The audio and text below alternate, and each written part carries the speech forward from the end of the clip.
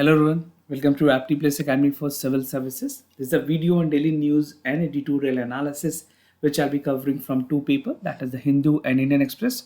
So the most important news and editorial of the day will be discussed in this session. Let's get started with news topic list. Today's 19th of February, the first topic is government releases national hydrogen policy. We'll see the government roadmap with regards to the national hydrogen policy. Second, India UAE signed the comprehensive trade pact. This is basically a free trade agreement that both countries has signed. Third, Ministry of Information and Broadcasting has warned the official regarding the data security. We'll see the detail of this as well. Now, Russia welcomed India's stand on the Ukraine situation. And the last is an editorial, India needs a refugee and asylum law. So we'll understand this about the rules and the procedures with regard to the asylums in India. Apart from this, at the end of this video, there will be MCQ based questions. These questions will be based on current affairs that will help you for the upcoming prelims examination. So without any further delay, let's get started. And before I start, those of you who are new to our channel, do not forget to subscribe Apti Plus Academy for Civil Services on YouTube. If you like this video, if you find this video informative and helpful, do not forget to press a like button. And if you're preparing for Civil Services Prelims this year, we have a test series for you, high quality test, which would be supplemented by the IS Gazetted magazine. For more details, you can refer to the description section down below. The first news of the day, that is government releases national hydrogen policy. This particular news is important for General Studies paper 2, that is government policies and intervention for the development of various sectors and issues arising from a design and implementation. Also, it is important for General Studies paper 3 in the environmental issues, right?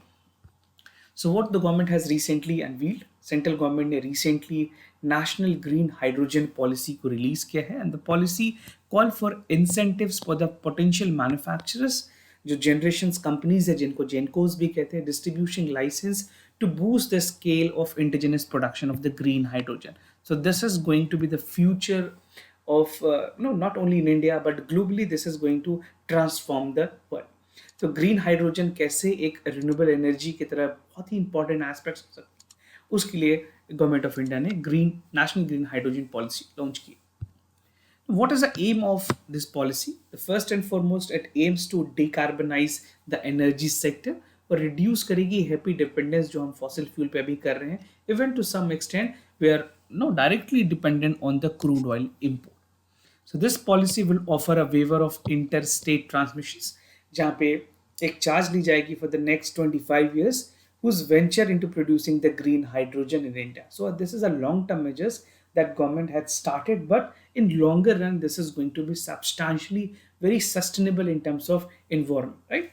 And manufacturers of green hydrogen, that is ammonia and the renewable energy, will also be connected to the grid on priority basis, ताकि जो procedural delay है उसको भी खत्म किया जा सके. Now, some other part that was included by the Ministry of Power.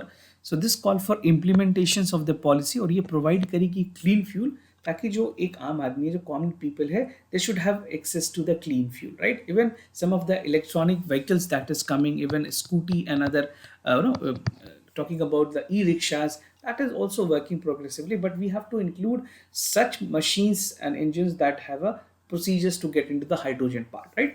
So this will reduce the dependence on the fossil fuel and also reduce the crude oil imports. Now the policy gives companies the liberty to set up the renewable energy capacities anywhere through the help of the developers. Now बात करें renewable energy generations की, so how this is going ahead. तो policy ने renewable energy generations की बात की है जहाँ पे renewable energy will be the basic ingredient of the green hydrogen. So this is some of the most core component when it comes to the green hydrogen formulations. Now in turn, meeting with the international commitment is also there that we as a country is looking forward with the clean energy. और center ने target भी की है that it would set up 5 million ton of green hydrogen production by 2030. So these are some of the target with regards to the green hydrogen. And even in COP26 Glasgow में जो recent meeting हुई है, India has already set a target of 2070 net zero emission, right? तो ये जो net zero की cut करने की बात की गई इंडिया ने 2070 तक इसके लिए टाइमलाइन रखी. Now this is an infograph to give you an idea how the India roadmap is going to be. So policy interventions की बात करें 4% by 2030 and US million dollars में अगर बात करें वुड बी $100 million, राइट. एक aspirational H2 engine share की जाएगी, एनर्जी शेयर की जाएगी. Even India green hydrogen task force would be there and India hydrogen fund would also be there. उसके अलावा भी गवर्नमेंट ने पॉलिसी मेजर्स में नेशनल ग्रीन हाइड्रोजन पॉलिसी और रोड मैप जो अभी रिलीज किए ये है. And intergovernmental H2 physical intervention global harmonisation this would be the part, right. अगर बात करें नेशनल डेमोन्स्ट्रेशन प्रोजेक्ट की, so H2 Bharat trucking is another project, H2 Bharat logistic and clusters, H2 industrial cluster is a part, municipal biogas H2 and coal gasification H2 project is something that is going to be the next project. Now, how this is going to have a desired outcome by 2030 जो government ने set किए. So it is anticipated that almost India is in the global H2 supply chain. 10 national highway projects, H2 projects होंगे, right? This hydrogen related project, and this would be expanding up to $50 million, and 75,000 new hydrogen economical job potential is there, and even the gigawatt scale is also for the electrolyzer capacity in India. So this is a future roadmap, a longer run. These are some of the progress that India could achieve. Now, India UAE signed comprehensive trade pact. This is important for general studies paper 2. Bilateral regional grouping and agreement evolving India's and affecting India's interest. Recent में India और UAE ने comprehensive trade pact sign किया. This is a part of comprehensive economic partnership agreement, जहां पे free trade agreement को promote की जाएगी for the coming 7 years, right. And during the summit the meeting basic essence was that कि एक MOU sign की गई है between IFSC that is Indian financial service centre authority जो कि गिफ्ट सिटी गुजरात में है, and Abu Dhabi global market financial service regulatory authority के बीच में. And this trade is going to boost the overall goods and services trade between India and basically United Arab Emirates में, जहाँ पे $100 billion से ऊपर तक की ट्रेड करने की बात कही गई है. So let's understand the advantages of this trade pact. ये जो FTA साइन की है, this is aimed and this is set to reduce the tariffs for 80% of the goods and give zero duty access to 90% of India's export to UAE. So this is some of the major advantages that India would be seeing. और agreement expect कर रही है that जो valuations हैं India और UA की trade की, that should be around $100 billion in the next 5 years. अभी करेंट में जो वैल्यूएशन है this is around $60 billion. So this is again an important figure that you can note, and it will include some of the most prominent area that would definitely benefit industries also. कुछ ऐसे areas हैं like goods, services, rule of origin, custom procedures, government procurement, IPR के जो issues हैं या फिर e-commerce. So this area would also be enhanced under the agreement, so the benefit is mutually there. अब कुछ और important aspect की बात करें इस agreement की. सो 90 days तक जो अप्रूवल लिमिट्स है वो रखी गई है फार्मास्यूटिकल इंडस्ट्रीज के लिए, चाहे वो प्रोडक्ट किसी भी जुरिस्डिक्शन में डेवलप किए गए हों, या that is United States, United Kingdom, EU, Canada and Australia, right. So these are the benefits that pharmaceutical industries in general would be getting, and the deal will open 10 lakh jobs for the young people in the country. So again the employment generation would be there from this FTA. उसके अलावा कुछ ऐसे industries हैं, labour intensive factories, industries are there, they would be mutually benefited, like gems and jewelries, leather, furniture, wood products, agriculture, medicinal device, pharma and automobile sectors. So these are some of the benefited labor industries that would be benefited from this FTA agreements. Now the other news, INP ministry won't official on the data security issues. This is something important for general studies paper 2, government policies and intervention for the development of various sector and issues arising from it. So a recent basically circulation was given by the Information and Broadcasting Ministry, जहाँ पे उन्होंने कहा है कि कुछ classified informations जो हैं वो गवर्नमेंट ऑफिशियल किसी भी डिजिटल प्लेटफॉर्म पे यूज करके शेयर ना करें, because these classified information can be again something very important for internal security for country, and it can lead to the breach और जो privacy की issues जैसे हमने Pegasus पे भी देखा हुआ है, NSO developed Pegasus, so उसको भी लेकर के कंसर्न रेज की गई इंडिया में that the platform should not be used for any exchange of the important document. So detail guideline में क्या क्या चीजें बताई गई हैं. Ministry of information and broadcasting they said that the secret information through any digital assistance or device should not be used either in home or in offices, right? And the advisory have also warned government official not to use security hardened electronic device for official communications. Now they also said that जो भी digital assistance device हैं like Eco, HomePod, Google Home Assistance, anything should not be used either in home or anywhere in the part of their offices.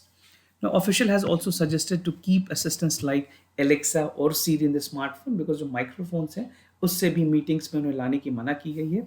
This phone can capture even in Pegasus what has happened that if your phone is switched off also it can access to your microphone and cameras, right? So for that reason it was being asked that ये सारी चीज़ों को disable करके रखा जाए और meeting में phone cell phones allow नहीं होंगे. Now, the ministry has also directed officials not to use the messaging app like WhatsApp and Telegram for sharing any classified information that pertains to the national security or any other pivotal decision making issues, right? So, government sharing apps ने ये कहा है कि जो भी वो use करेंगे वो national informatics system policing guideline के अंदर होनी चाहिए under the department of security issues. And they have also said that top exchange secret और सीक्रेट डॉक्यूमेंट जो है वो किसी भी तरह से शेयर नहीं होनी चाहिए व्हाट्सएप या टेलीग्राम पे. उनके लिए एक स्पेसिफिक कनेक्टिविटी बनाई गई है, analysis group grade on encryption mechanism वही डिप्लॉयड की जाएगी. And the ministry has recommended that किसी भी तरह की अगर कम्युनिकेशंस करनी हो तो गवर्नमेंट की जो अपनी सेंटर्स में डेवलप की गई है like Samvad is there which is developed by the development of advance computing. And उसके अलावा एक कम्युनिकेशंस के लिए संदेश है, this is being developed by the NIC. So these are the only platform government enabled platform that should be used. Now, Russia welcomed India's stand on Ukraine situation. This particular news is important for General Studies paper 2. Effect of policies and politics for developed and developing countries and its interest on India's diaspora. So, recent में जिस तरह से escalations हुई हैं between the India and Ukraine, not actually escalation, but this is something, a stereotype that has been created that Russia can anytime invade Ukraine. But this has actually not happened. So, in light of that, अभी जो recent में एक India की तरफ से statement दी गई है, Russia ने उसको वेलकम किया है against the Ukraine crisis and the tensions between the NATO forces and Russia which is escalating in the eastern European nation. तो रिएक्शन इंडिया की तरफ से जो आई है वहाँ पे यूएन सिक्योरिटी काउंसिल में इंडिया के जो permanent member he said that they need to have a quiet and constructive diplomacy and the need of the hour is to take a step which does not escalate any tension further. This is what India officially has made their statement. और Russia ने अपने जो positions किए हुए हैं 1 lakh troops को उनको basically they are withdrawing from that region and they have said that they do not have any intention to invade Ukraine. But US ने ये एलिज किया है कि रशिया किसी टाइम भी यूक्रेन को इवेड कर सकता है, right? So Russia has categorically said they are not planning to invade. So let's see what is the future course of action because the withdrawal of forces has also been seen. UNSC की जो meeting हुई है उसमें Ukraine के जो situation पे India के permanent representative थे they have made that the immediate deescalation process should continue and ministry of external affairs India में they have said that supportive and immediate de-escalation process is something that would be providing resolutions to sustain diplomatic dialogue between all the countries. And France ने या फिर और भी जो countries हैं they have already said that there should be a diplomatic solutions to the problem, right?